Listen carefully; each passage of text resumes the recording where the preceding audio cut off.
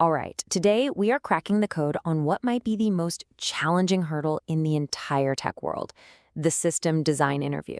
So, yeah, let's dive right in. For so many software engineers, this is the big one. You know the one I'm talking about, right?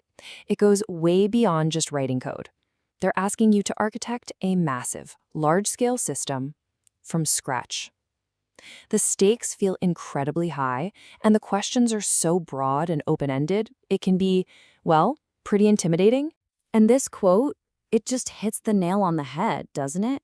It perfectly captures why this is so tough. You can't just go in and memorize an answer. You have to show a whole new way of thinking. But hey, don't worry, that's exactly what we're going to break down right now. So, how do you keep from getting completely lost when you get one of those huge, open-ended questions? The key is having a reliable framework, a blueprint that you can apply to literally any design question. Doesn't matter if it's a chat app or a search engine, it's your map for an unstructured problem. And here it is. It's a really simple four-step process. Think of yourself as an architect. First, you talk to the client and clarify exactly what they need. Then you sketch out a big picture, high-level design. After that, you zoom in on the really important parts, the core components. And finally, you figure out how to make the whole thing scale up. Okay, so we've got our blueprint, that's the how. Now we need the building blocks, the what. These are the fundamental ideas and tools you're going to use to actually construct your design. And maybe more importantly, they're what you'll use to justify the decisions you make along the way. If you remember one thing from this explainer, let it be this. In system design, there is no single right answer. There's no magic bullet.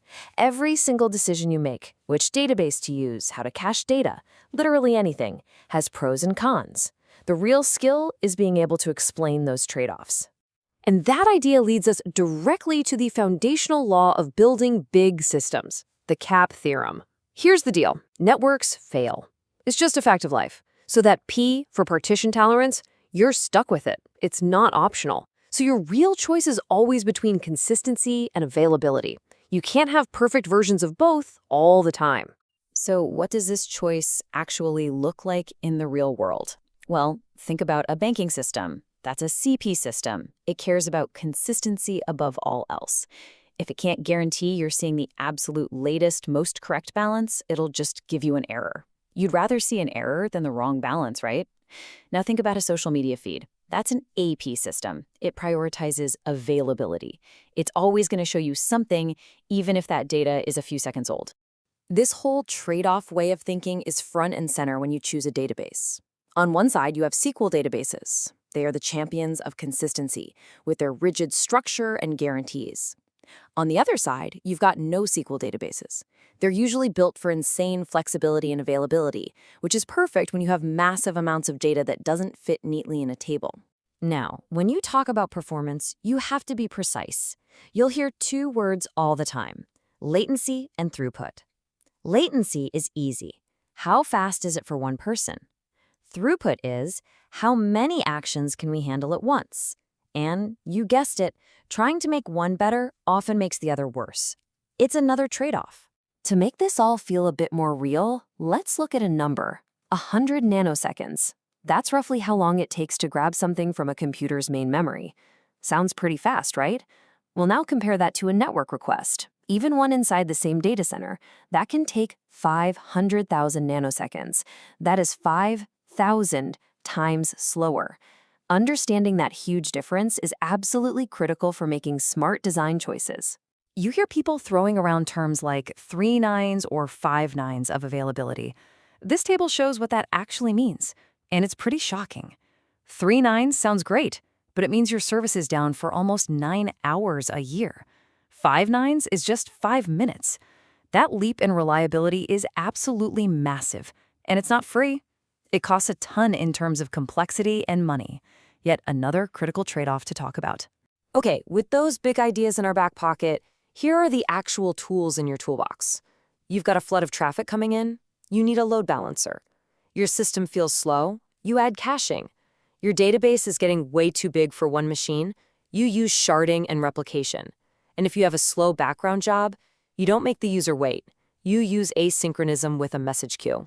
Okay, we have the blueprint. We have the building blocks. Now for the fun part.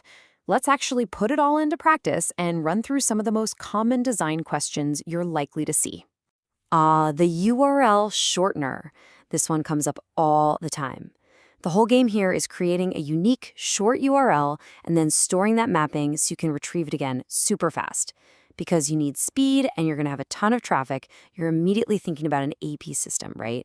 Which makes a NoSQL key value store a pretty perfect choice here. Okay, now for a global chat service. The complexity just jumped way up. We're talking real-time communication on a global scale. The trade-offs are just everywhere. How do you keep millions of people connected without totally draining their phone batteries? How do you manage someone's online status instantly? This is going to push you into conversations about things like WebSockets and deep debates about consistency versus availability for delivering messages. A ride-sharing app? It is just a fire hose of real-time geographic data. I mean, you have thousands of drivers all sending their location every few seconds. So the core problem is, how do you slurp up all that data while at the same time instantly finding the closest car for a rider? It's a huge data challenge, and you absolutely cannot go down during rush hour. So you're going to lean heavily toward availability. And finally, the newsfeed. Honestly, this one is a masterclass in trade-offs. Why? Because it's what we call a read-heavy system. Think about it. You scroll through your feed way, way more than you actually post something new. So the billion-dollar question is, how do you generate a personalized feed for millions of users instantly? This gets you into really fascinating discussions about caching and whether it's better to calculate everyone's feed ahead of time or just build it the moment they open the app. So, we've gone through the framework, the components, and some classic problems, but what's the actual winning strategy when you're in the room? Well, it all boils down to just a few key mindsets that tie everything we've talked about together. So here's your final takeaway. First, you're not a passenger here. You are driving this conversation. So lead it. Always, always, always start by clarifying requirements. Don't draw a single box until you know what you're building. For every single choice you make, you have to justify it by explaining the trade-offs. And of course, at the end of the day, nothing beats practice. Get a whiteboard and just start designing things. So there you have it, the blueprint, the building blocks, and the winning strategy. You now have a powerful framework to walk into that room and tackle what used to be the most feared tech interview. So the only question left is, what system will you design first?